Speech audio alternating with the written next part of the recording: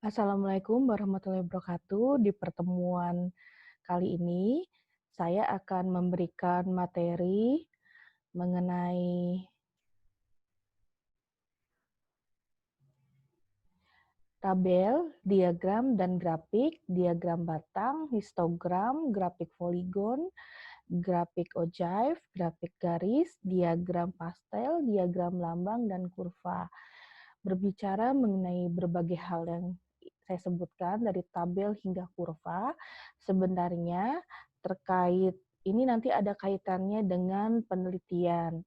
Nah, ketika penelitian menggunakan tabel, data-data itu diurutkan menggunakan diagram, digambarkan menggunakan diagram, grafik, baik itu diagram batang atau grafik poligon, ogive, dan lain sebagainya, maka data tersebut nantinya akan memudahkan para peneliti karena runut, karena terlihat jelas penurunan peningkatannya dari misalnya terkait dengan pertumbuhan ekonomi masyarakat, terus bagaimana perkembangan penduduk atau pertambahan penduduk, terus juga terkait dengan bagaimana jika penelitiannya berkaitan dengan pola hidup masyarakat yang tinggal di pedesaan, di perkotaan. Jadi kalau menggunakan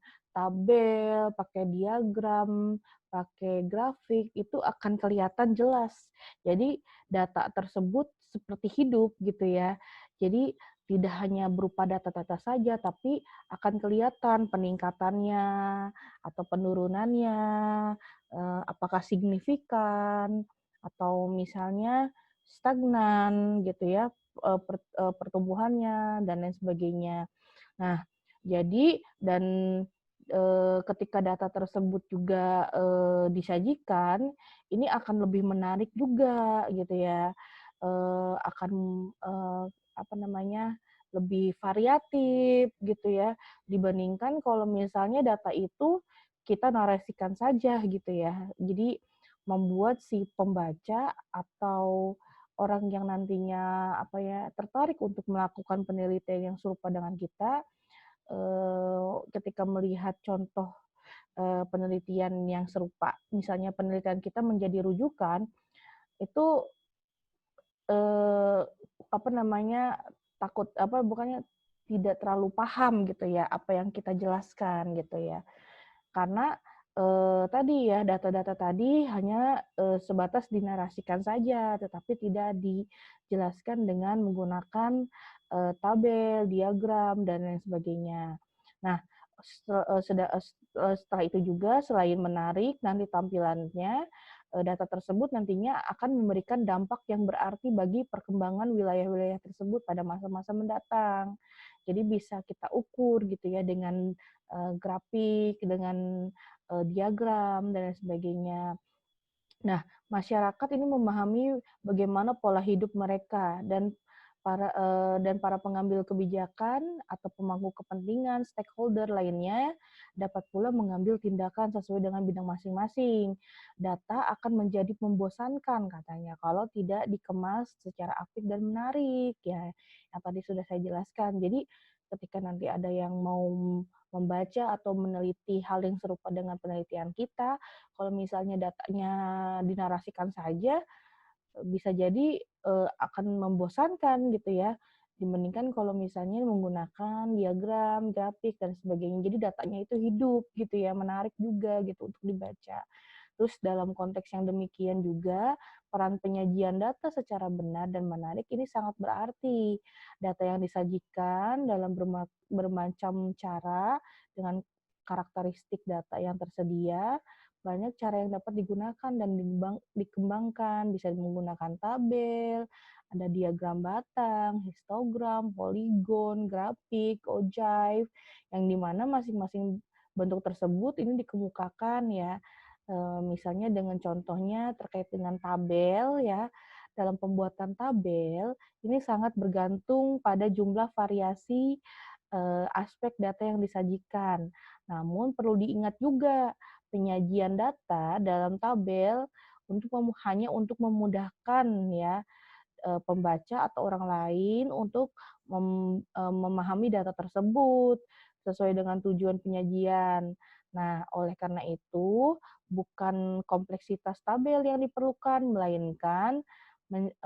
melainkan menjadi sah atau tidaknya data itu dibaca oleh orang lain. Ini contohnya terkait dengan beberapa patokan yang perlu ada dalam suatu tabel ya. Nah, yang dimana di sini, nah tabel itu, nah yang pertama harus ada judul tabel ya. Judul tabel itu biasanya ada di atas tabelnya ya. Misalnya tabel 2.1 judulnya apa gitu ya. Nah, ini harus jelas ya. Terus yang kedua, judul kolom ya. Misalnya di kolom tadi ya ada kolom nama ya. Ada subkolom kalau ada ya. Terus ada judul baris ya. Terus sumber data ya. Sumbernya itu dapat dari mana data tersebut? Apakah dapat dari BPS atau dapat dari mana gitu ya. Jadi harus jelas. Nah, ini contohnya ya. Nah, ini kan harusnya di sini, nah ini nih, ini tabel 1 jumlah kecelakaan lalu lintas di kota A tahun 2004 sampai 2008. Nah, ini merupakan judul tabel. Jadi harus jelas ya tahunnya sampai tahun berapa gitu ya, periodenya. Terus tadi ini ada yang namanya judul kolom ya. Tadi judul kolom. Ya, ini judul kolom. Ya. Terus judul baris ya. Berarti baris yang ini ya. Judul baris. Ini. Judul kolom, ini judul baris. Harus jelas ya. Terus apalagi sumber data. Nah, biasanya sumber data ada di bawah nih biasanya. Sumber titik 2 BPS misalnya tahun berapa.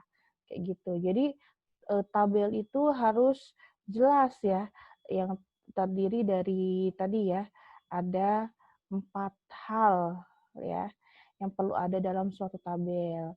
Nah, terus walaupun pada waktu membicarakan distribusi frekuensi telah ditampilkan bermacam contoh pada berikut ya, dapat dilihat ini terkait dengan tabel ya, yang menjadi patokan. Nah, dari 4 hal ini ya ada, cuma kecuali tadi ya, sumbernya tidak ada ya. Nanti harus ditambahkan di sana. Terus juga oke. Nah, yang kedua adalah diagram dan grafik ya.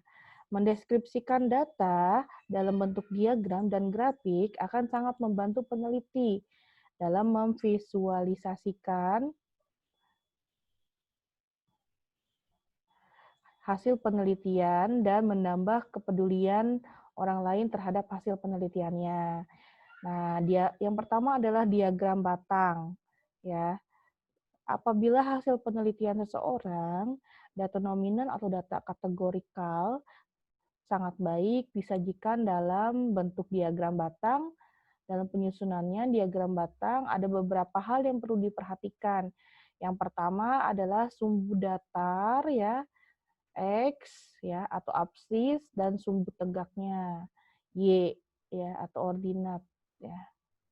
Nah, ini kedua garis tersebut bertemu pada satu titik di sebelah kiri dan titik itu merupakan titik 0 ya.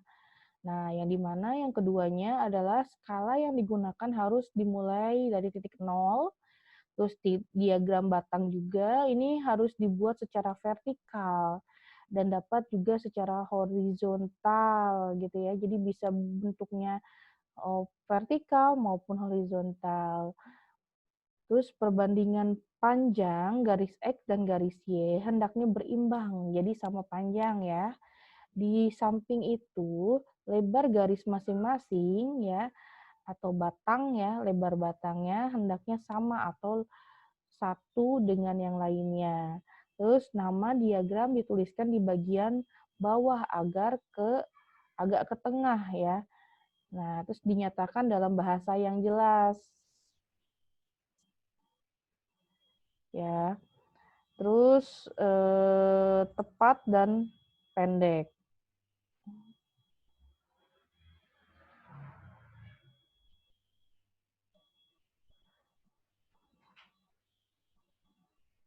Oke. Selanjutnya, letak masing-masing ya. Batang terpisah antara satu dengan yang lainnya. Nah, ini contohnya nih ya. Di sini ada tabel, yaitu tabel 2 mengenai jumlah kecelakaan lalu lintas. Nah, di sini ya. Nah, kita akan sajikan diagram batangnya. Nah, ini seperti ini. Nah, ya.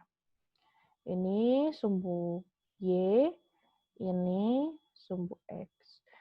Sumbu X dan sumbu Y ini harus sama panjang. Nah, di sini ada judulnya ya. Judul diagram itu di bawah, kalau tabel di atas ya. Nah, ditulis di sini diagram 1. Mengenai apa judulnya? Jumlah korban meninggal kecelakaan lalu lintas. Tahunnya tahun berapa? Ya. Nah, kita cek ya. 2006.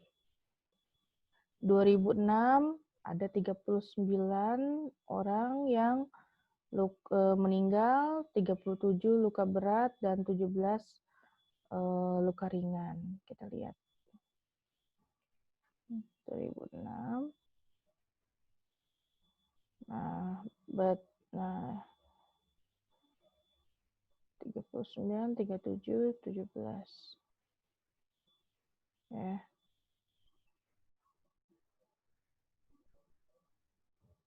Nah, ini kalau misalnya dibuat 2 ya. Oh, ini nih. Oh, berarti ini yang meninggal saja ya. Ada 39. Harusnya di belah sini nih ya. Ini 2006 ada di belah sini, 39. Ini jumlah orang yang meninggal ya. Yang ini 2007 ada ada berapa? 26, dan yang 2008 juga ada 26. Berarti di sini sama ya. Nah, ini untuk yang meninggal. Nah, kalau misalnya dibuat ya, ada 2 hal tadi ya klasifikasinya, yang meninggal dan luka berat. Yang ini 37, 2006. Nih, 2006 ada 37, ada di belah sini berarti ya di bawahnya. Sedangkan yang meninggalnya kan 39. Terus 2007 tadi ada 26. Yang ininya meningkat nih, yang luka beratnya. Yang luka beratnya ada 80, sedangkan yang 2008 ada 75. Ya, ini luka beratnya ya benar 80, ini 75, di bawahnya sedikit ya. Nah, kayak gitu. Nanti kalian buat nih seperti ini. Nah, kalau ini yang lebih ada tambahannya. Ini ada 3 kategorinya. Meninggal, luka berat, sama luka ringan. Jadi tinggal ditambahkan ya yang meninggalnya. Nah, ini harusnya diagramnya agak ke atas ya. Jadi agak terlalu ke bawah ini, harusnya diedit. Nah, ini seperti itu ya. Ini contohnya untuk nah, Ibu gimana kalau misalnya diagram ini kami warnai? Boleh diwarnai agar bisa terlihat ya dari si klasifikasi tadi keterangannya. Kalau yang meninggal berarti berwarna apa gitu ya. Di sini berwarna merah, terus yang luka berat ini warna hitam, yang luka ringan warna hijau kayak gitu. Jadi nanti kalian dibuat seperti itu juga ya. Nah, selanjutnya terkait dengan histogram. Nah, apabila data yang didapat ya data bergolong atau ordinal, sebaiknya yang digunakan adalah histogram. Karena pada dasarnya histogram adalah sama dengan diagram batang ya. Hanya sumbu X ini dinyatakan ya batas nyata dari kelas intervalnya. Nah, kita lihat ya. Nah, berikut ini adalah hasil tes kecerdasan yang telah disusun dalam bentuk data bergolong. ya, dapat disajikan dalam bentuk histogram. Nah, ini ada tabel 3 mengenai IQ ya, IQ mahasiswa X, fakultas X ya. Nah, ini kan ada dibuat dulu seperti ini ya. Nanti dicari frekuensinya ya dari data, misalnya datanya jumlahnya ada berapa totalnya, kita totalin ya. Ini ada berapa ya? 10, 20, 40 berarti ya. Ada 40, 30 berarti ya. Ini 10, ini ke sini 10, 0, 2, 30. Ada 30 data ya. Dilihat dari jumlah frekuensinya, ditotalkan ada 30. Nanti kita dibuat kelas intervalnya ya. Dibuat seperti biasa ya. Nanti kalian bisa buat dari atas dulu, dari yang paling kecil, jadi yang paling rendah di atas, atau dari yang paling tertinggi juga boleh. Jadi bebas ya. Tapi perhitungannya tetap dari bawah dulu ya, dibuatnya. Nah, nanti kalian buat seperti ini ya. Nah, ini bedanya histogram ya. Kalau ini kan dari datanya kalau yang diagram batang mah seperti ini ya. Ya. Nah, sedangkan kalau histogram ini harus ini dulu harus menjadi data bergolong dulu ya. Dibuat, dicari intervalnya berapa, baru dirunutkan di sini. Ini contohnya ya. Yang pertama adalah 75 sampai 87 ada 1. Ya. 75 harusnya di sini ya, 75 sampai 87. Berarti sampai sini. Ini harusnya digeser ya. 87 sini. Harusnya sini. Ini ada 1 ya. Terus selanjutnya 88 sampai 100 ada 8. Nah, di sini harusnya di sini ya. Garisnya di sini. Set sampai ke sini dibuat. Nah, gitu, sudah benar. Terus selanjutnya, Bu, kalau ini rempet-rempet ya? Iya, rempet-rempet. Jadi kalau histogram ini tidak ada jeda seperti dibandingkan diagram ya. Kalau diagram kan ini ada jedanya. Kalau histogram itu tidak ada jeda karena ini kan interval ya. Jadi dia saling ada keterkaitan. Nah, 101 sampai 113. 101 sampai 113 ini harusnya geser-geser ya. Sampai 113 harusnya di sini nih. Karena ini saya dapat dari contoh ya. Jadi bukan dari saya buat. Jadi nanti kalian ikuti saja seperti ini, tapi nanti ini geser-geserin ya. Nah, ya, nanti kita lihat di sini 101 sampai 113 ada 2. Berarti di sini harusnya ya. Nah, harusnya di sini. Salah ini ya. Di si histogramnya. Jadi kalian buat sebaik mungkin ya, karena ini contoh saya dapat dari buku ya. Nanti kalian bisa benahi. Nah, selanjutnya yang ketiga adalah grafik poligon ya. Poligon ini merupakan salah satu penyajian data yang dapat dibuat dengan menghubungkan titik tengah histogram dari masing-masing balok dengan cara garis lurus sehingga berbentuk suatu grafik. Secara sederhana, langkah-langkah yang dibuat poligon adalah sebagai berikut. Nah, yang pertama, dibuatlah garis X dan garis Y-nya seperti tadi ya. Dipertemukan salah satu sudutnya seakan-akan seperti segitiga siku-siku yang tidak ada sisi miringnya. Terus yang kedua, beri nama sumbu X dan plot garis tersebut sebanyak kelas interval yang ada, interval data. Kemudian tambah 1 titik di kiri dan di kanan. Ya. Terus ya, oke, dengan maksud titik awal dan titik akhir. Nah, terus di sini juga beri nama garis ordinat Y dan bagi garis tersebut dengan skala tertentu pula ya. Nah, ya, oke. Sesuai dengan kuantum atau frekuensi yang ada. Terus yang selanjutnya buat balok segi 4 yang pada masing-masing kelas intervalnya ini menggunakan batas yang nyata, sedangkan tinggi ya disesuaikan dengan frekuensi masing-masing. Terus garis Y selalu mulai dari 0, jangan lupa memberi label garis Y.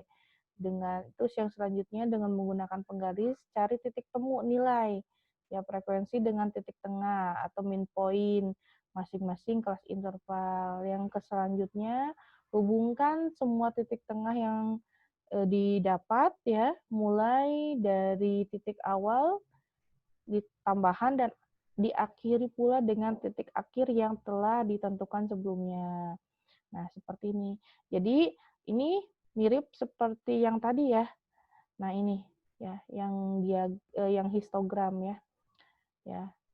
Nah, tapi grafik poligon ya, kalau poligon itu dia dipakai ininya. Ada turus-turusnya ya. Apa sih namanya garis-garisnya. Nah, garis-garisnya itu diambil dari tengah ya. Titik tengahnya ya. Titik tengahnya. Ya, kalau poligon itu dari titik tengahnya. Titik tengah diambil set set set, set gitu. Ya, oke. Okay? Sip. Nah, yang keempat adalah grafik ogive ya. Ogive merupakan poligon ya meningkat atau kumulatif dan banyak digunakan dalam penyajian data penelitian, sering juga disebut dengan distribusi frekuensi kumulatif ya.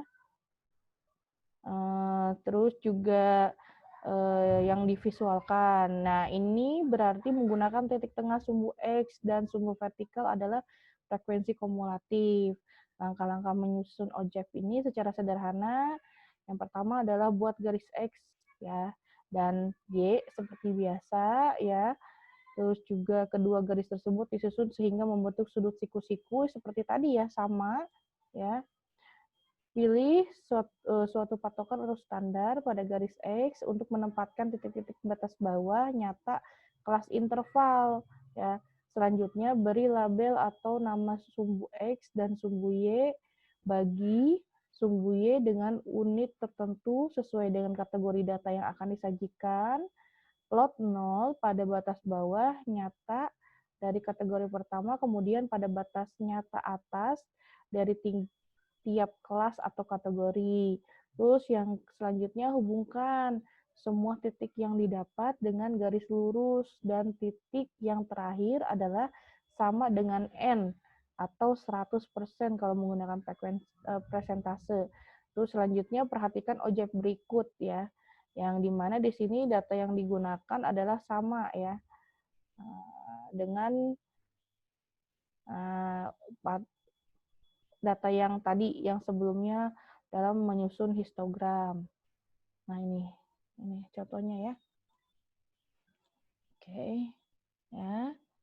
Di sini ada tabel 4, tabel frekuensi kumulatif IQ mahasiswa di Fakultas X ya.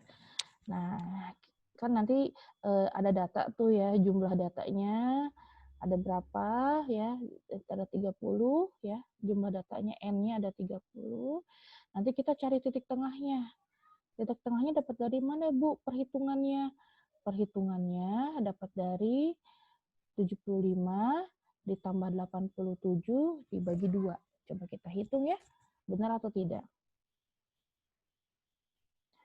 Ya, 75 ditambah 87 dibagi 2. Benar ya? 81. Ya, benar. Titik tengahnya. Terus lanjut lagi ya. Yang selanjutnya 88, interval 88 sampai 100 berarti ditambah 88 ditambah 100 sama dengan 188 dibagi 2. Nah, titik tengahnya benar 94 ya. Terus sampai interval yang terakhir. Jadi titik tengah itu didapat dari kelas interval. Jadi kelas intervalnya ditambahkan dibagi 2. Ya. Oke, paham ya? Nah, ini frekuensi. Frekuensi dapat dari mana, Bu? Frekuensi itu dapat dari datanya, ya. Datanya nanti kalian cari tuh 75 sampai 87 itu datanya ada berapa? Oh, ada 1 gitu. 88 sampai 100 datanya ada berapa? Ada 8 gitu ya. Ini dapat dari datanya, jumlah datanya ada berapa. Nah, frekuensi kumulatif dapat dari mana, Bu? Frekuensi kumulatif itu perhitungannya mudah. Mudahnya seperti apa? Jadi gini, kalian ambil dari data yang paling rendah, ya. Data yang paling rendah dulu. Kalian hitung. Ini kan 1 ya frekuensinya. Tulis di sini ya, 1. 1. 1, jadi zigzag ya. 1 ditambah 8, 9. 9 ditambah 2, 11. 11 ditambah 12, 23. 23 ditambah 5, 28. 28 ditambah 2, 30. Jadi, frekuensi kumulatif itu dihitung dari yang paling rendah intervalnya.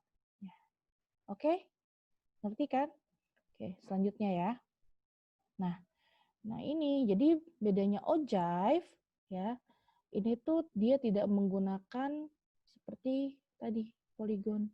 Jadi dia itu hanya ini kan histogram ya. Grafik poligon ya ada. Jadi dia cuma ininya aja ya, cuma garis-garisnya saja ya yang ada ya. Jadi kita lihat ya contohnya, ini diagram 6 adalah terkait dengan tadi nilai tabel frekuensi kumulatif IQ mahasiswa di Fakultas X.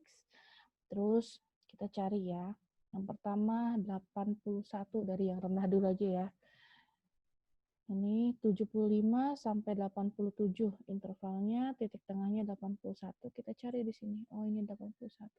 81 frekuensinya berapa? 1.1 ya. Oh, ini frekuensi kumulatif yang dilihatnya ini ya, frekuensi kumulatif 1. Berarti di sininya 1 ya, sini titik 1.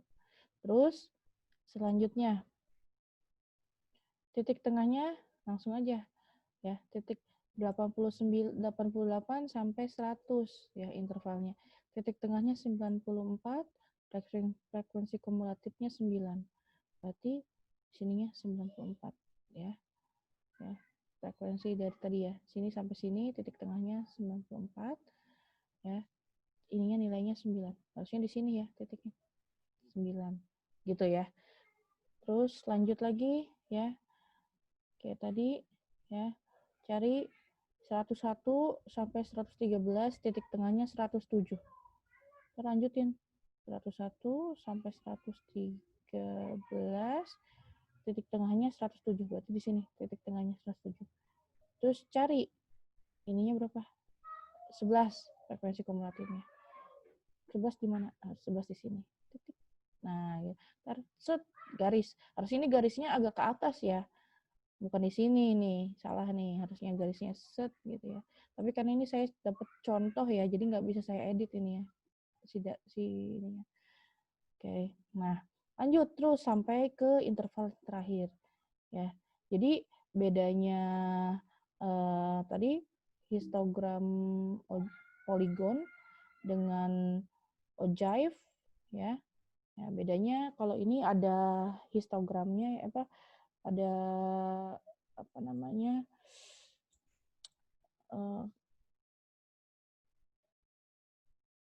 nah ada yang seperti sininya, nah ya, ada batangnya ya, diagram batangnya lah gitu ya. Nah sedangkan kalau yang ojive itu hanya sumbu-sumbunya saja yang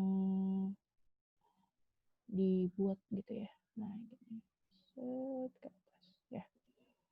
Terus yang dipatokannya ya, kalau dalam mencari ojive ya adalah patokannya berarti titik tengah kumulatif. Ya, ini yang jadi patokan, titik tengah kumulatif ya. Itu untuk mencari grafik membuat grafik ojive. Jadi titik tengah dengan frekuensi kumulatif. Jadi ingat ya. Nah, dapat juga ditampilkan dalam bentuk distribusi kurang dari. Nah, ini kalau misalnya kurang dari 75 ada berapa? Ada 0 kan datanya. Titik sini 0 kayak gitu ya. Terus cari sampai ke atas. Terus apa namanya? Kurang dari 88 berapa? Bentar ada cari titik ada berapa? 1 misalnya. Jadi titiknya di sini 1. Ya, terus sampai ke interval kurang dari 153 berarti sini. Ada berapa? Ada 30 titiknya di sini. Nah, gitu ya. Oke, cari ya. Nah, oke, sekarang contoh datanya ya terkait dengan distribusi frekuensi kumulatif lebih dari atau sama dengan tabel 6 ya di bawah ini ya. Nah, ini seperti itu. Dibuat. Kalau ini kebalikannya ya, gitu. Kan karena ini mencari lebih dari atau sama dengan ya. Nah, misalnya lebih dari, jadi kebalikan lebih dari sama dengan 75, ya berarti banyak ya, ada 30. Berarti di sini. Set, titiknya di sini, 30. Ya, gitu ya. Nah, terus juga lebih dari sama dengan 88, 28. Ya, jadi patokannya tetap ya, frekuensi kumulatif sama titik tengah. Ya, oke, lanjut. 5 grafik garis ya, diagram garis ini lebih tepat digunakan apabila seseorang ingin kecenderungan atau tren perkembangan suatu fenomena seperti kecenderungan perkembangan penduduk, kecelakaan tiap tahun, perkembangan murid, pendapatan dan sebagainya. Dengan data yang tersaji dalam diagram garis dapat diamati apabila ya apakah meningkat atau menurun ya dalam periode waktu tertentu. Nah, ini contohnya.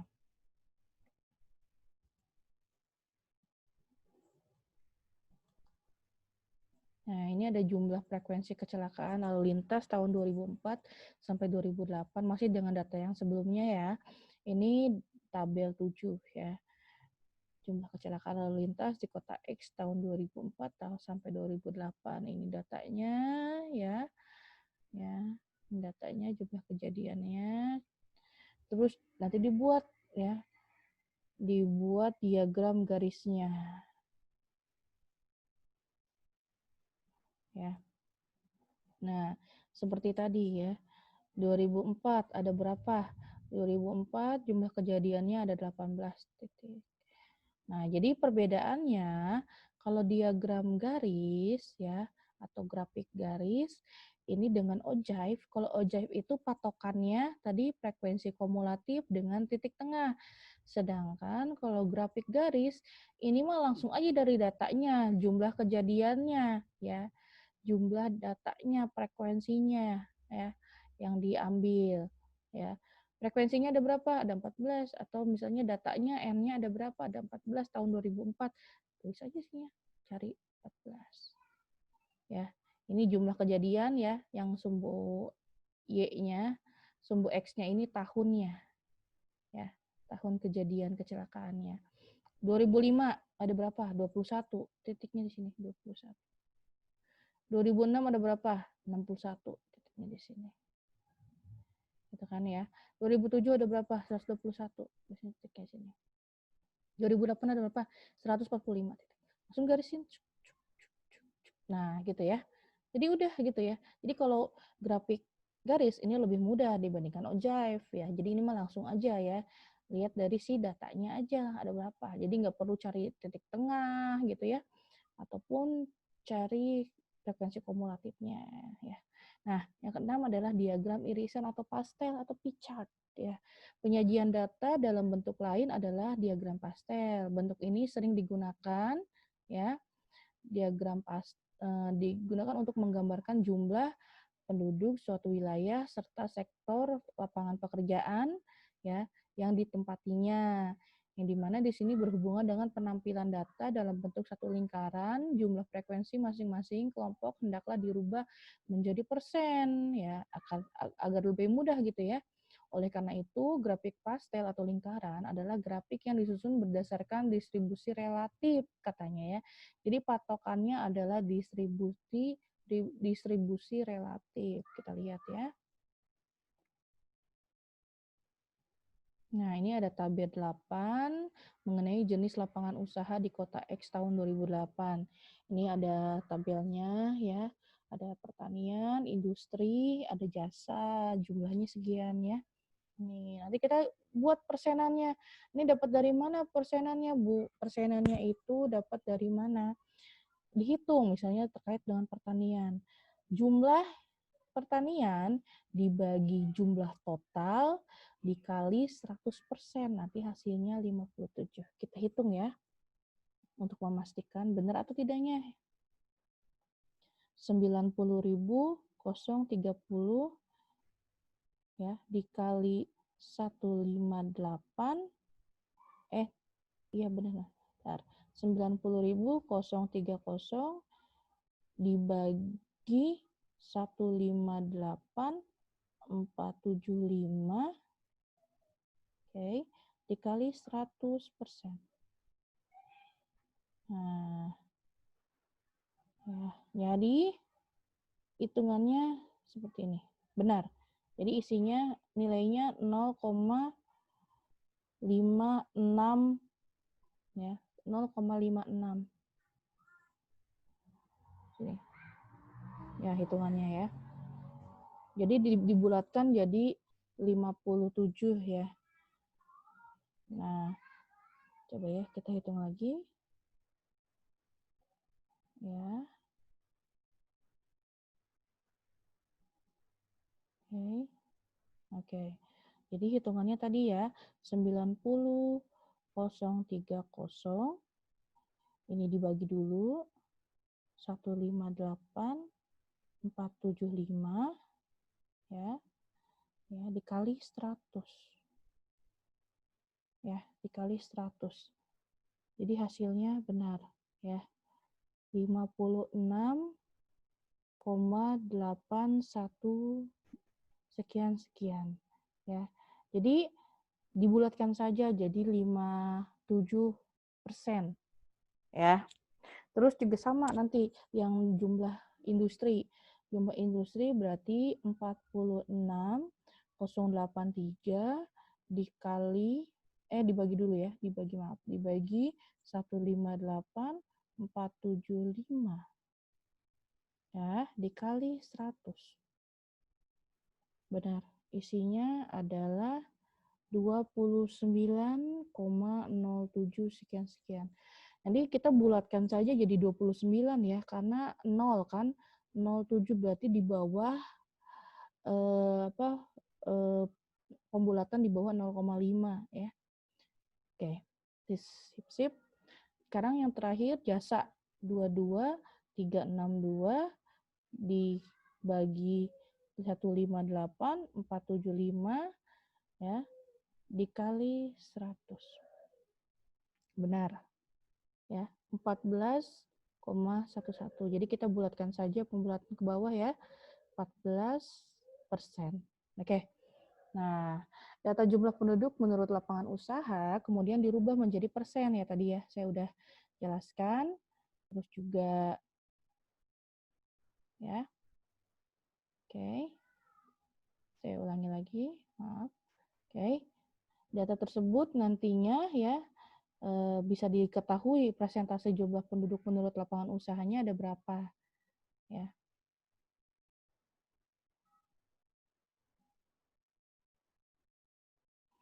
Nah, terus juga data tersebut nanti kemudian dapat disajikan dalam bentuk diagram pastel.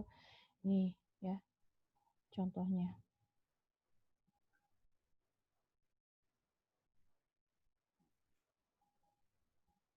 Nah, seperti ini. Oke.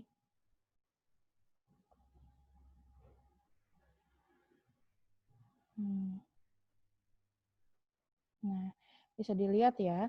Di sini 57% itu pertanian, tadi industri 29 dan jasa 14%. Jadi mudah ya untuk membuat diagram pastel ya. Sangat mudah sekali. Jadi perhitungannya seperti tadi ya. Jadi perhitungannya adalah jumlah dibagi total dari jumlah tadi ya. Terus dikali 100 ya, nanti di hasilnya berupa persen. Oke, sekarang diagram lambang ya. Diagram lambang adalah penyajian data dengan menggunakan gambar atau lambang-lambang tertentu. Ya, umpamanya untuk menggambarkan penduduk suatu wilayah dalam digunakan lambang manusia ya, lambang manusia untuk penyebaran sekolah digunakan lambang rumah. Biasanya satu mewakili sejumlah data dapat divisualisasikan ya. Seperti misalnya 1.000 penduduk ini dilambangkan oleh satu gambar manusia, 10 sekolah dilambangkan oleh satu gambar sekolah. Nah, ini sih yang kita sering lihat ya, kayak gini. Tapi ini tidak terlihat ya, tapi gambar manusianya ini hanya direpresentasikan dengan foto smile ya, kayak gitu. Nah, ini biasanya kalau di peta yang ada peta ya, yang nanti ada lambangnya, ini kalian suka lihat ya, misalnya ada gambar jalan ya, ada garis-garis jalan, ada garis-garis rel kereta api gitu ya. Biasanya ini bisa dilihat kalian di Google Map tuh, kayak seperti itu ya. Jadi jelas ya, dilihat dari peta ya, peta yang nyata atau bisa dilihat dari penampakan satelit atau misalnya penampakan secara asli gitu ya. Dari peta itu semakin di zoom itu semakin terlihat ada gambar-gambar atau lambang-lambang ya. Misalnya bentuk jalan atau bentuk jembatan dan lain sebagainya, itu bisa terlihat biasanya di peta. Nah, biasanya kalau di peta-peta yang terbatas gitu ya, yang murah, yang itu biasanya suka tidak ada ya penjelasan-penjelasan, keterangan-keterangan ini jalan raya, ini ada penyebaran penduduk dan lain sebagainya. Tapi kalau di peta yang memang peruntukannya memang jelas ya, peta yang memang berisi mengenai data yang lengkap mengenai jumlah penyebaran penduduk, itu biasanya ada ya. Jadi sampai ke misalnya sekolah gitu ya, ada berapa, nanti ada petanya gitu ya, penyebarannya bisa kelihatan gitu. Nah, biasanya yang menggunakan data-data seperti ini ya, yang data menggunakan diagram lambang ini biasanya ada di dokumen atau data yang dimiliki oleh BPS, biasanya seperti itu.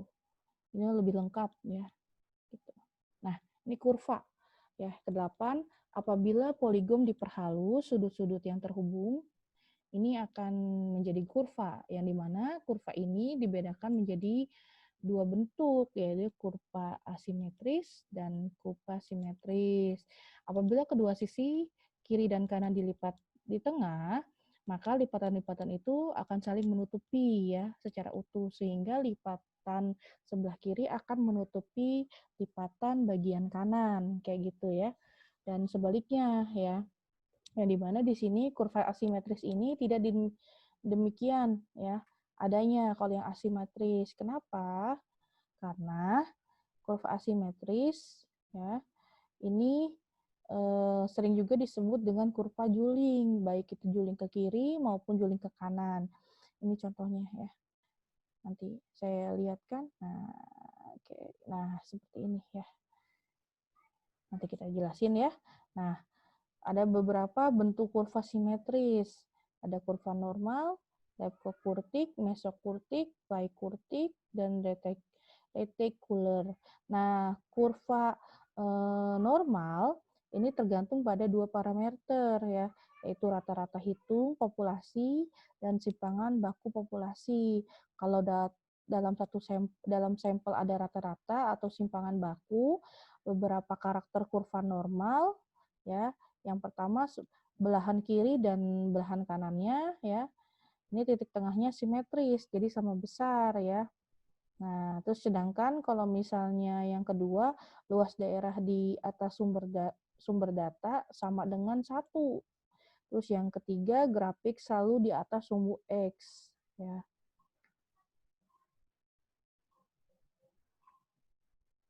Nah, yang ini ada di bawahnya, ya. Ini bisa kelihatan di sini.